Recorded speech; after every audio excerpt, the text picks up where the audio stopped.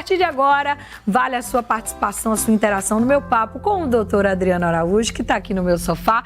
Boa tarde, doutor. Bem-vindo. Que bom te receber, viu? Boa tarde, Priscila. Ó, a gente tem visto tanto se falar, né, sobre psiquiatras, sobre idas ao psiquiatra, sobre os transtornos e todos os problemas de saúde mental. E vai ser ótimo a gente tirar as dúvidas com você aqui hoje. Com Muito certeza. obrigada, viu? Roda aí nossa vinheta, porque tá no ar Unimed com você.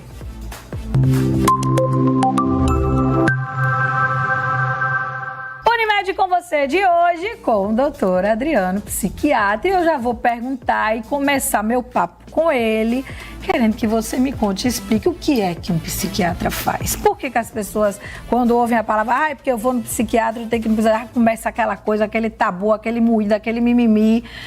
O que é que o psiquiatra faz? Conta para quem está em casa, doutor. Pois é, sabe que essa é uma pergunta muito frequente, né? Eu recebo essa pergunta tanto nas minhas redes sociais quanto numa mesa, conversando com amigos. As pessoas, elas têm essa dúvida de um modo geral.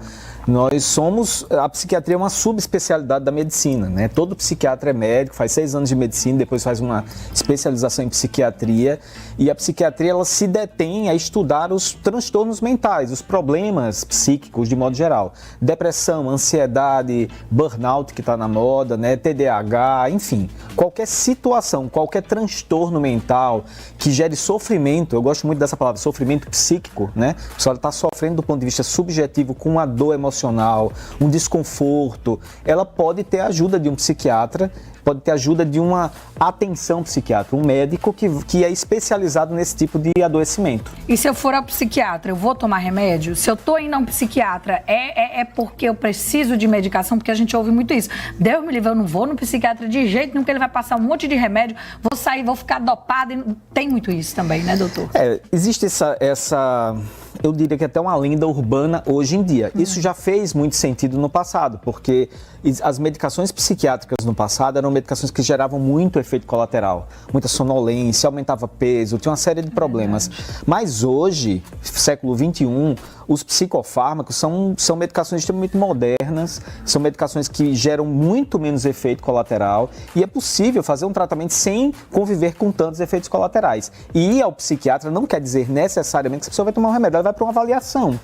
É óbvio que o psiquiatra, ele trabalha com psicofármacos, ele pode sim prescrever uma medicação, mas não é obrigatório você ir a um consultório e se for um médico responsável, ele não vai porque você está ali. Se realmente precisar. Você vai precisar tomar um remédio, você vai tomar se necessário. Agora, às vezes a avaliação ela é importante porque ela muitas vezes é um divisor de águas, no sentido de você fazer um diagnóstico, no sentido de você direcionar aquela pessoa para um tratamento adequado. Porque o tratamento adequado, ele depende de um diagnóstico adequado. Se eu não sei o que eu tenho, se eu não sei o que significam aqueles sintomas que eu apresento, muitas vezes eu não vou conseguir fazer um tratamento de forma mais adequada e de uma forma mais assertiva. Então, a atenção, o cuidado, o olhar do psiquiatra, ele faz muita diferença nesse sentido. E que eu entendo que isso vai além do remédio, né? O remédio pode ser uma consequência, mas esse olhar, esse diagnóstico adequado, essa orientação vale muito a pena. Ontem, uma entrevista do Safadão, na verdade, na semana passada, o Safadão esteve em Natal, fez um show e no final do show, que ele encerrou muito mais cedo do que o habitual, ele falou que ia dar um tempo dos palcos, que precisava se cuidar, que foi alertado, que chegou ao ponto que chegou porque ele não parou quando foi indicado que ele parasse. Ontem eu assisti uma entrevista com ele dizendo que estava com acompanhamento com um psiquiatra, que estava tomando medicação e que estava com uma crise de ansiedade gigantesca. A crise de ansiedade é o principal transtorno mental que a gente se depara hoje em dia, doutor? Hoje em dia, sim. A ansiedade é indiscutivelmente o sintoma psiquiátrico mais comum na sociedade. E eu vou além, eu não diria, a ansiedade, quando a gente fala ansiedade no modo geral, é um sintoma. Isso não quer dizer necessariamente um transtorno psiquiátrico. Muitas pessoas sentem ansiedade, têm estresse, mas não estão adoecidas. Mas quem tem muita ansiedade e muito estresse pode adoecer, que é o caso que aconteceu com o Safadão. Ele lidou com o estresse e com a ansiedade durante muito tempo, ele sustentou isso durante muito tempo, não cuidou como deveria, e ele adoeceu. E o que é que significa o adoecimento na psiquiatria? Paralisar.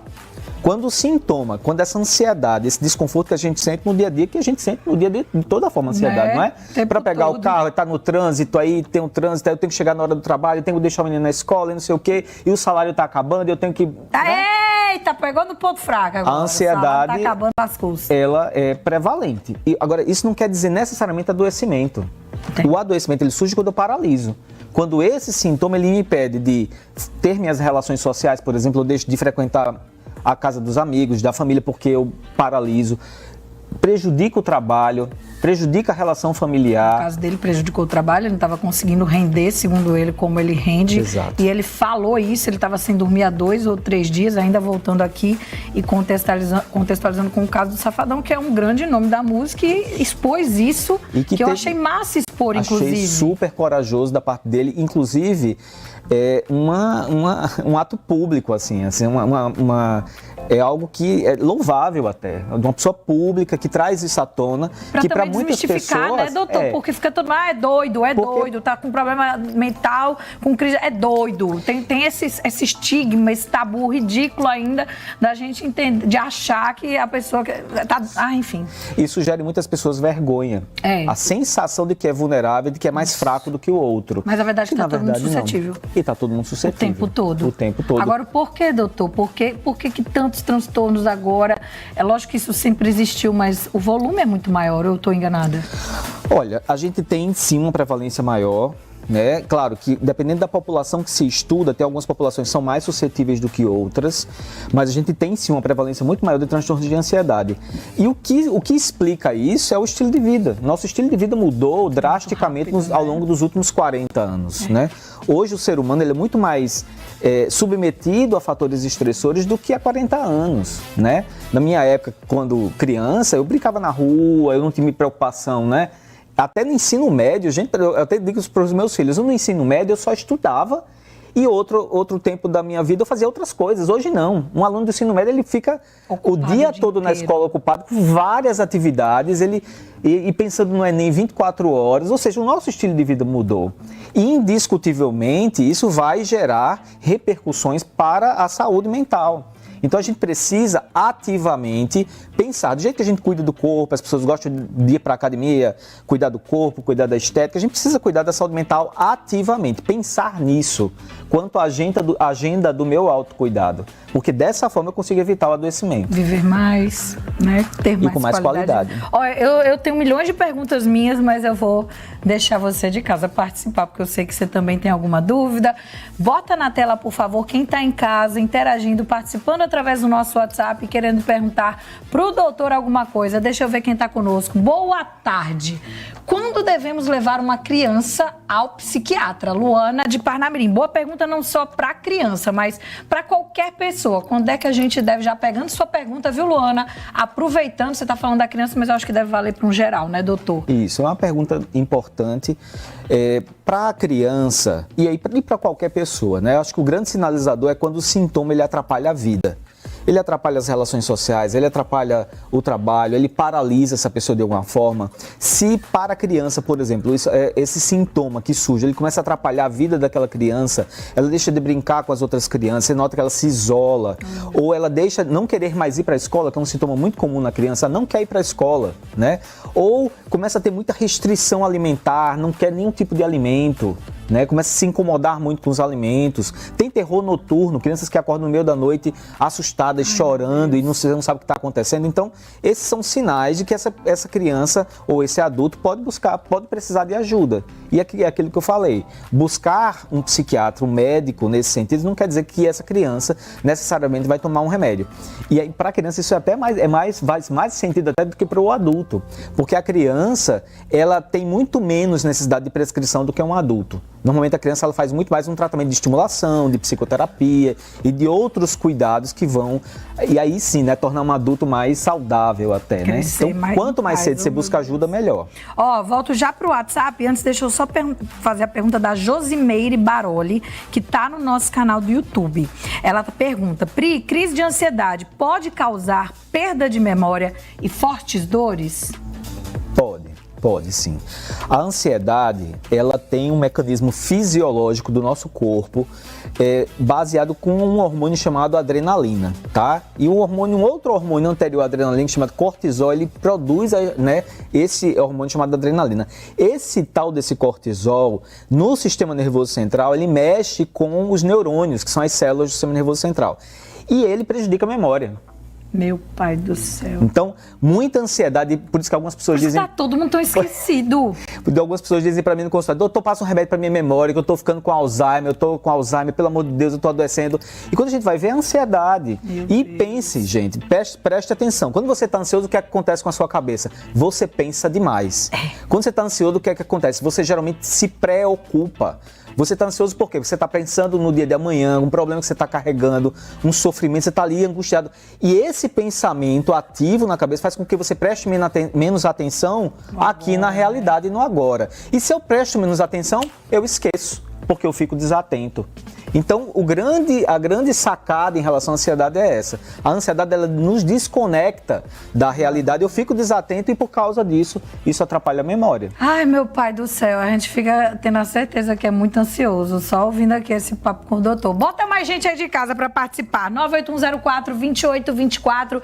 Deixa eu tirar mais alguma dúvida, deixa eu tentar esclarecer aqui com o doutor. Oi, Pri. Oi, doutor Adriano, sou Vitória de Macaíba, levei minha filha à psicóloga e ela desconfiou que ela tinha autismo, bipolaridade e síndrome do pânico. O psiquiatra descartou. Quando o neurologista e o psiquiatra têm um diagnóstico de autismo, acho que na verdade ela quer entender ali quando é que fecha esse diagnóstico, né, doutor? Tentar ajudar ela? Eu não sei a idade da sua filha, mas de modo geral, realmente o diagnóstico do autismo não é um diagnóstico fácil, ele é um diagnóstico que a gente chama de processual. Eu preciso de tempo para fechar um diagnóstico como esse. E quanto mais cedo na vida, mais tempo, porque é mais difícil de você identificar os sintomas. Uma criança, por exemplo, com 4, 5 anos, é difícil você chegar a uma conclusão diagnóstica, porque você vai ter vários sinais que ela vai emitindo por comportamentos. E só na observação é que eu consigo, às vezes, captar aquelas informações e conseguir fechar um diagnóstico.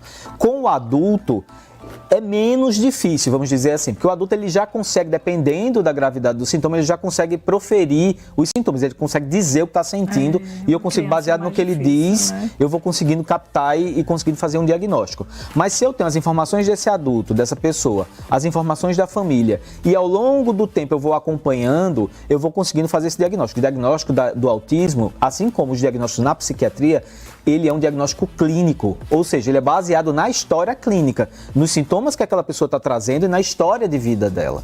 Então, às vezes demora um pouquinho, mas se você fizer um acompanhamento ao longo de 1, 2, 3 meses no máximo, o médico vai ter condições de dizer se é de fato um autismo ou não. Uma consulta apenas é impossível. Não dá para fechar diagnóstico numa consulta. Doutor, eu sei que você tem que cuidar dos seus pacientes queridos, mas eu queria uma dica para quem nos assiste, para ver se a gente consegue viver mais em paz, mais tranquilo, tentar, né, fugir um pouco desses transtornos todos mentais que eu sei que acabam e paralisam, né, a vida de muitas pessoas.